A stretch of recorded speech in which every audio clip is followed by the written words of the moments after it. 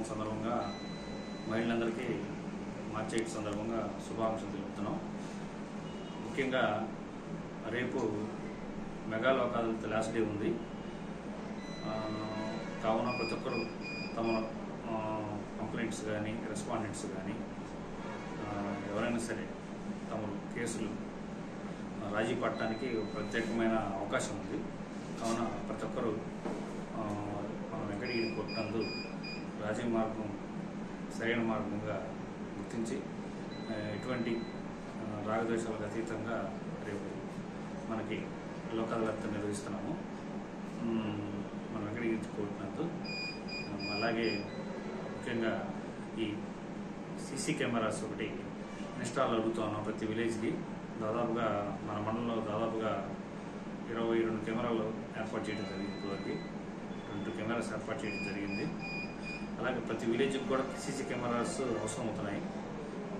ముఖ్యంగా ఈ దొంగతనాలు కానీ ఏమైనా సరే కంట్రోల్ చేయడానికి కానీ ముఖ్యంగా అవసరం అవుతున్నాయి. కంప్లైంట్స్ బాగా జరుగుతూ ఉన్నాయి ప్రతి విలేజ్లో కూడా. కావున ప్రతి ఒక్కరు సీసీ కెమెరాస్ ఏర్పాటు చేసుకోవాల్సిందిగా ముఖ్యంగా మా పై అధికారులందరూ డైలీ వారీగా మెసేజ్లు పెడతా ఉన్నారు. సీసీ కెమెరా ఏర్పాటు చేయించాలి, పబ్లిక్కి అవేర్నెస్ కల్పించాలని. అదే అంతేకాకుండా సోషల్ మీడియాలో ఇవి సోషల్ సంబంధించి మీడియాలో సంబంధించి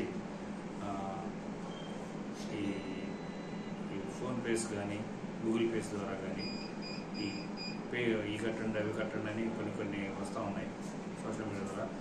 ఎవరైనా సరే తమరు అకౌంట్స్ని జాగ్రత్తగా భద్రపరుచుకొని జాగ్రత్తగా ఎటువంటి పిన్ కోడ్స్ చెప్పడం కానీ చెప్పడం కానీ చేయొద్దు.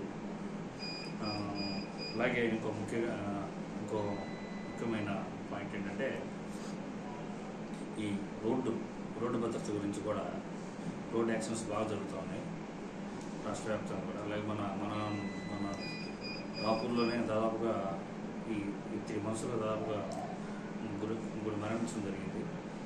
అది కూడా అజాగ్రత్త వల్ల జరగడం జరిగింది. అలాగే ఈ రోడ్ల మీద ఉన్న గేదెలను కానీ ఆవులు కానీ చాలా ముఖ్యంగా అసలు వదిలేస్తూ ఉన్నారు. వారికి కూడా నోటీసులు ఇస్తూ ఉన్నాం. ముఖ్యంగా గమనించండి, ఈ ఆవుల్ని గేదెల్ని రోడ్డు మీద వదిలేసేసి విచ్చలవిడిగా తిరుగుతూ ఉన్నాయి.